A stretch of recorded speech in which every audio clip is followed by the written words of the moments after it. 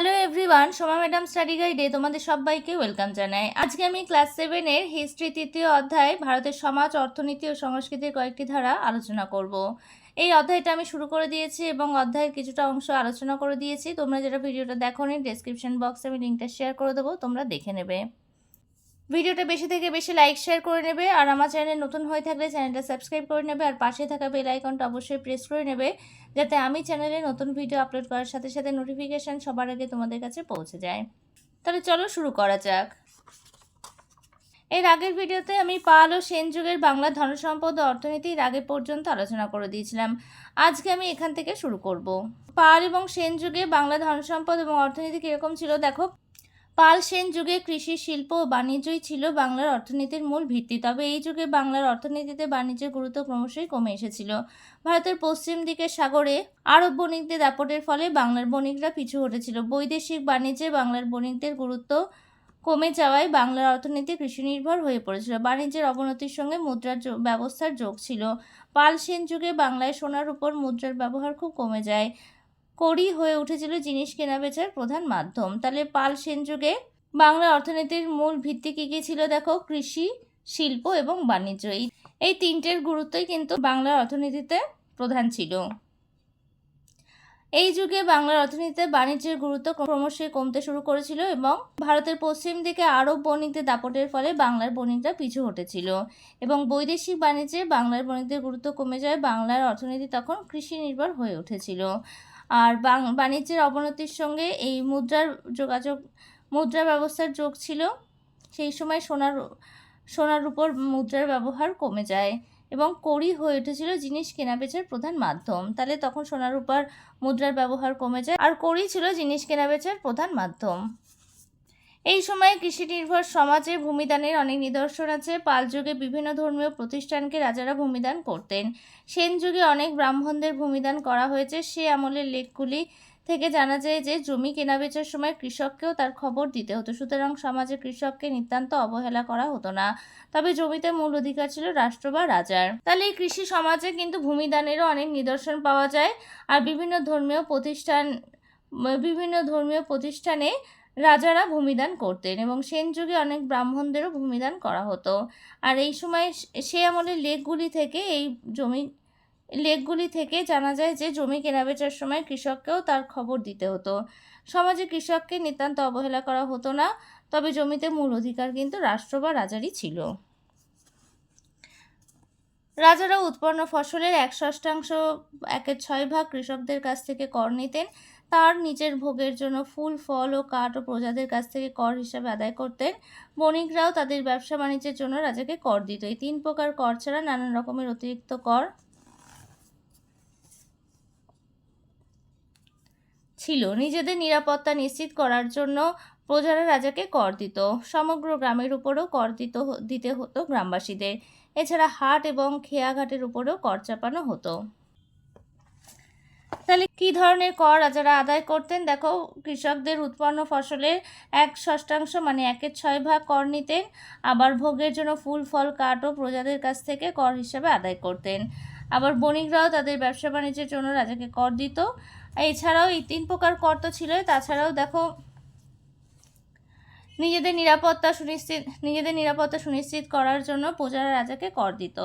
আর সমগ্র গ্রামের উপরও কর দিতে হতো গ্রামবাসীদের। এছাড়াও হাট এবং খেয়াঘাটের উপরও কর চাপানো হতো। এই যুগের প্রধান ফসলগুলি কী কী ছিল? ধান, সর্ষে, নানান রকমের ফল যেমন আম, কাঁঠাল, কলা, ডালিম, খেজুর, নারকেল, এগুলি ছিল প্রধান। আজকে বাঙালির খাদ্য তালিকায় ডাল একটি প্রধান উপাদান, অথচ সে যুগে শস্যের মধ্যে ডালের উল্লেখ কিন্তু পাওয়া যায় না। এছাড়া কার্পাস, তুলো, পান, সুপুরি, এলাচ, মহুয়া ইত্যাদি প্রচুর পরিমাণে উৎপন্ন হতো। গ্রামের আশেপাশে ঘন বাঁশবন এবং নানান রকম গাছের কথাও জানা যায়। সেগুলির কাঠ ছিল এই যুগের অন্যতম প্রধান সম্পদ।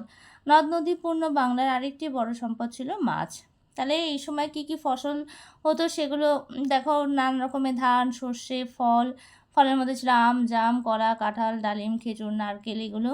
আবার ডাল কিন্তু সেই সময় বাঙালির খাদ্য তালিকায় একটি প্রধান উপাদান ছিল। শস্যের মধ্যে কিন্তু ডালের উল্লেখ পাওয়া যায় না। এছাড়া কি কি ছিল দেখো। কার্পাস বা তুলো, পান, সুপুরি, এলাচ, মহুয়া, এগুলো প্রচুর পরিমাণে উৎপন্ন হতো। এছাড়া নানান রকম গাছের কথাও জানা যায়, আর সেগুলির কাঠ ছিল এই যুগের অন্যতম প্রধান সম্পদ। নদ-নদীপূর্ণ বাংলার একটি বড় সম্পদ ছিল মাছ। সেই সময় মাছের উল্লেখও পাওয়া যায়। এরপর দেখো বাঙালির খাওয়া দাওয়া। যে দেশে ধানই হলো প্রধান ফসল, সে দেশে ভাতই যে মানুষের প্রধান খাদ্য হবে তাতে সন্দেহ নেই। গরম ভাতে গাওয়া ঘি, তার সঙ্গে মৌরলা মাছ, নালতে মানে পাট শাক, সরপরা দুধ আর পাকা কলা দিয়ে খাবারের বর্ণনা আছে প্রাচীন কাব্যে। গরিব লোকেদের খাদ্য তালিকায় থাকতো নানান ধরনের শাকসবজি। আজ আমরা যেসব সবজি খাই, যেমন বেগুন, লাউ, কুমড়ো, ঝিঙে, কাঁকরোল, ডুমুর, কচু ইত্যাদি প্রাচীনকাল থেকেই বাঙালির খাবারে জায়গা করে নিয়েছে। তাহলে আমরা যে সমস্ত খাবার এখনকার দিনে খেয়ে থাকি সেগুলোর উল্লেখ কিন্তু এই আগেও পাওয়া গেছে। প্রাচীনকাল থেকে এই খাবার খাওয়ার প্রচলন চলে আসছে। নদী নালার দেশে রুই, পুঁটি, মোরলা, শোল, ইলিশ ইত্যাদি মাছ খাওয়ারও অভ্যেস ছিল, যেগুলো এখনও আমরা খেয়ে থাকি। সেকালের বাঙালি সমাজের সব লোকে না খেলে অনেকে হরিণ, ছাগল, নানা রকমের পাখি, কচ্ছপের মাংস, কাঁকড়া, শামুক, শুকনো মাছ ইত্যাদি খেত।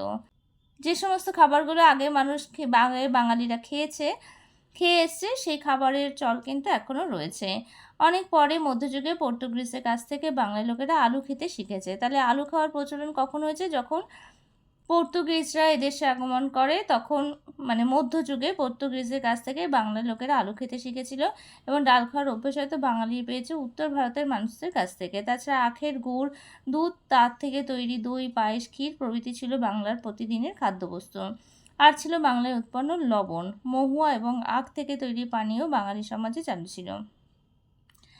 তাহলে উত্তর ভারতের কাছ থেকে ডাল খাওয়ার অভ্যাসটা পেয়েছে, আর আখের গুড়, দুধ এগুলো খাওয়ার প্রচলন ছিল, এবং এর থেকে তৈরি দই, পায়েস, ক্ষীর এগুলো বাঙালির প্রতিদিনের খাবারের মধ্যে ছিল। আর ছিল তখনকার সময় উৎপন্ন লবণ, মহুয়া এবং আখ থেকে তৈরি পানীয় কিন্তু বাঙালির সমাজে চালু ছিল। এরপর দেখো গৃহপালিত এবং বন্য পশুর মধ্যে ছিল গরু, বলদ, ছাগল, হাঁস, মুরগি, পায়রা, কাক, কোকিল, নানান রকম জলচর পাখি, ঘোড়া, উট, হাতি, বাঘ, বুনো মোষ, বানর, হরিণ, শূকর, সাপ ইত্যাদি। তাহলে এই সমস্ত বন্যপ্রাণী এবং গৃহপালিত পশুও দেখতে পাওয়া গেছে। এছাড়া ঘোড়া এবং উট বাংলার বাইরে থেকে এসেছিল, আর ঘোড়া এবং উট আসতো বাংলার বাইরে থেকে।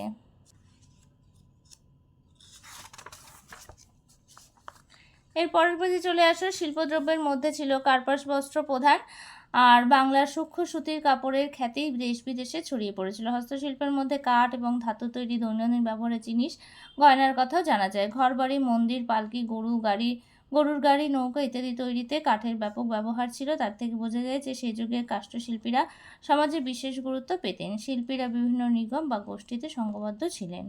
এই সময়ে কার্পাস বস্ত্রের প্রধান ছিল, আর বাংলার সূক্ষ্ম সুতির কাপড়ের খ্যাতিও দেশ বিদেশে ছড়িয়ে পড়েছিল। আর হস্তশিল্প মানে হাতের কাজের মধ্যে ছিল কাঠ আর ধাতুর তৈরি দৈনন্দিন ব্যবহারের জিনিস এবং গয়না। আর ঘরবাড়ি, মন্দির, পালকি, গরুর গাড়ি, নৌকা এইগুলি তৈরিতে কাঠের কিন্তু ব্যাপক ব্যবহার হয়েছিল। আর এই সময় এর থেকে বোঝা যায় যে সেই যুগে কাষ্ঠশিল্পীরা সমাজে বিশেষ গুরুত্ব পেতেন, আর শিল্পীরা বিভিন্ন নিগম বা গোষ্ঠীতে সংঘবদ্ধ ছিলেন। এরপর দেখো বাংলার সমাজ ও সংস্কৃতি খ্রিস্ট সপ্তম থেকে দ্বাদশ শতক। সেই সময় কেমন ছিল বাংলার সমাজ এবং সংস্কৃতি? দেখো, পাল যুগ বাংলার ভাষার উৎপত্তি সময়কাল আনুমানিক 800 থেকে 1100 খ্রিস্টাব্দের মধ্যে। মাগধী অপভ্রংশ ভাষার গৌড়বঙ্গীয় রূপ থেকে ধীরে ধীরে প্রাচীন বাংলা ভাষার জন্ম হয়। সেটাই ছিল সাধারণ নিরক্ষর লোকের ভাষা।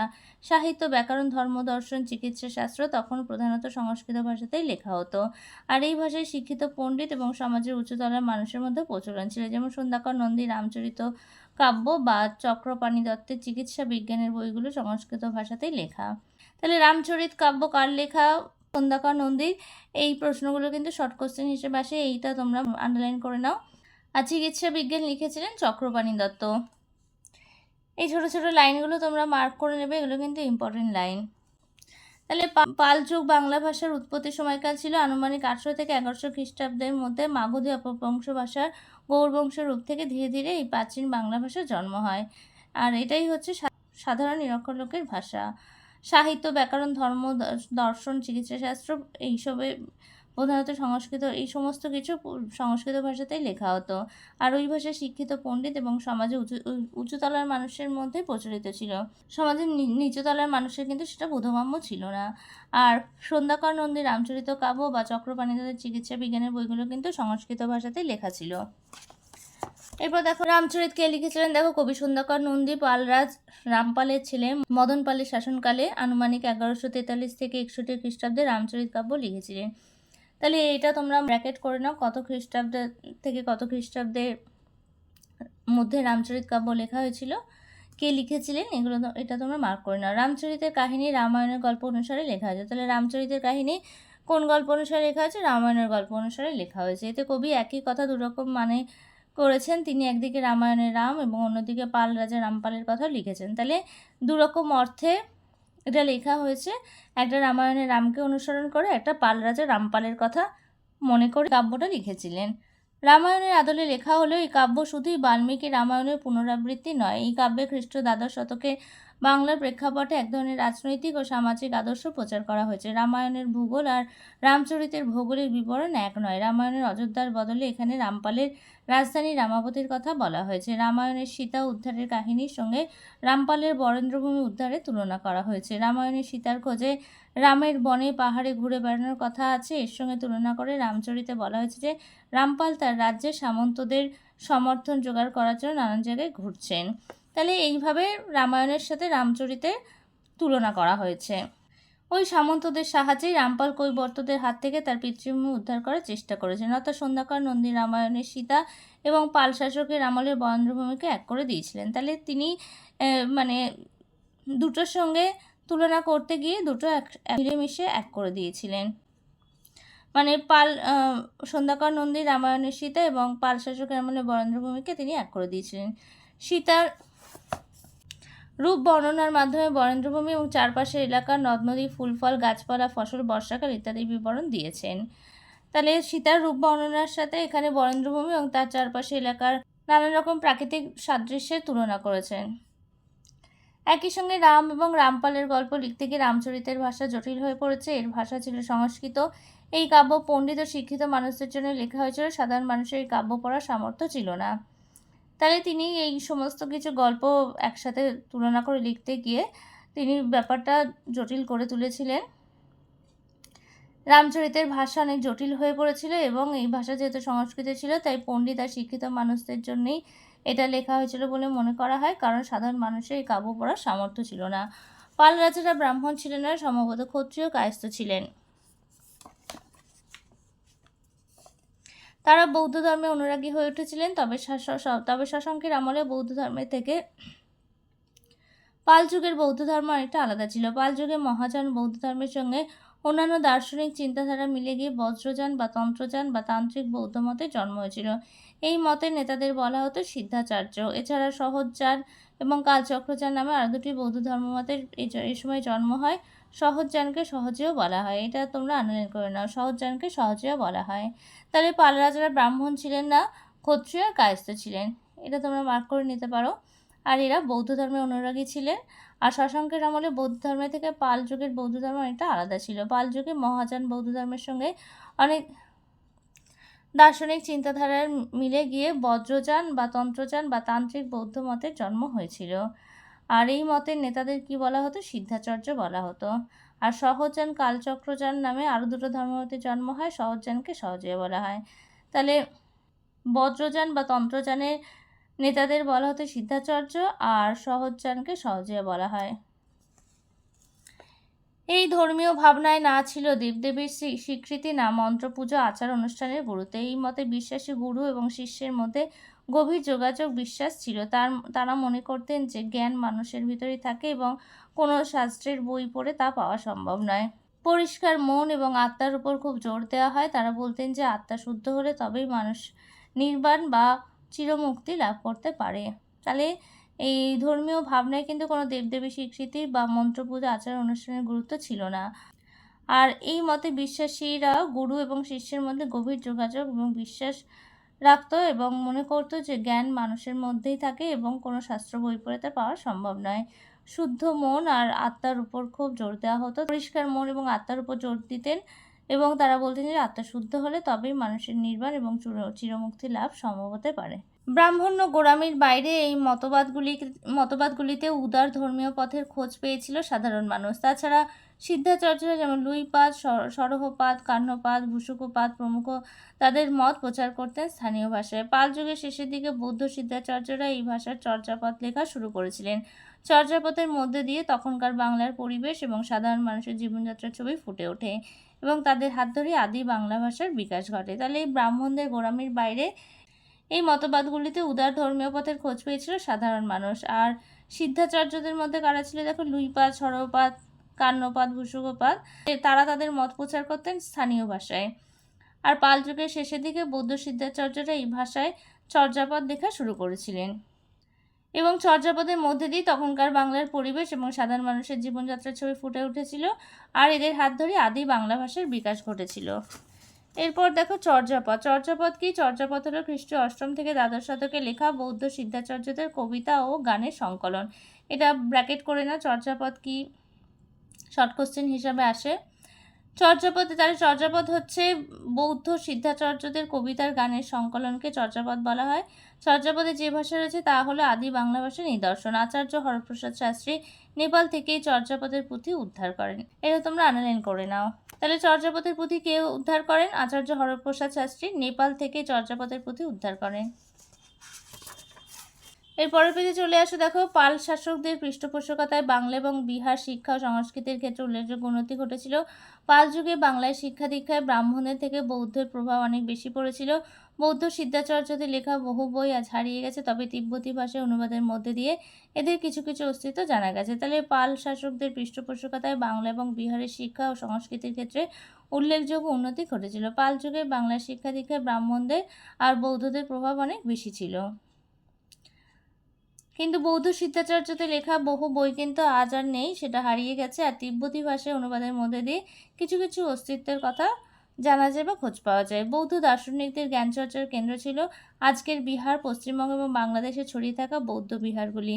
বৌদ্ধ বিহারের মধ্যে কী কী ছিল দেখো, নালন্দা, উদন্তপুরী মানে নালন্দার কাছে, বিক্রমশীল ভাগলপুরের কাছে, সোমপুরি রাজশাহী জেলার পাহাড়পুরে, জগদ্দল উত্তরবঙ্গে, বিক্রমপুরী ঢাকা জেলার প্রভৃতি বিহারগুলি ছিল উল্লেখযোগ্য। তাহলে এইসব বিহারগুলো কিন্তু উল্লেখযোগ্য। এইগুলো তোমরা ভালোভাবে পড়বে, শূন্যস্থান পূরণ বা শর্ট কোশ্চেন হিসেবে আসতে পারে। পাল রাজাদের সমর্থনে ও বৌদ্ধ আচার্য এবং ছাত্রদের উৎসাহী বিহারগুলি সেকালে শিক্ষা দীক্ষায় বড় ভূমিকা নিয়েছিল। আচার্য ও ছাত্রদের মধ্যে বেশিরভাগই ছিল বাঙালি। আচার্যদের মধ্যে খ্রিস্টীয় 8ম 9ম শতকে শান্তরক্ষিত, শান্তিদেব, কম্বলপাদ ও শবরীপাদ এবং 10ম শতক থেকে দ্বাদশ শতকের মধ্যে দীপঙ্কর শ্রীজ্ঞান, অতীশ, গোরক্ষনাথ ও কান্নপাদ ছিলেন উল্লেখযোগ্য। তাহলে এই বিহারগুলো কিন্তু সেকালে শিক্ষা দীক্ষায় বড় ভূমিকা পালন করেছিল এবং আচার্য ছাত্রদের মধ্যে ছিল বেশিরভাগই বাঙালি। আচার্যদের মধ্যে কিন্তু খ্রিস্টীয় 8ম 9ম শতকে শান্তরক্ষিত, শান্তিদেব, কম্বলপাদ, শবরীপাদ এবং 10ম শতক থেকে দ্বাদশ শতকের মধ্যে দীপঙ্কর শ্রীজ্ঞান, গোরক্ষনাথ, কান্নপাদ এরা ছিলেন উল্লেখযোগ্য।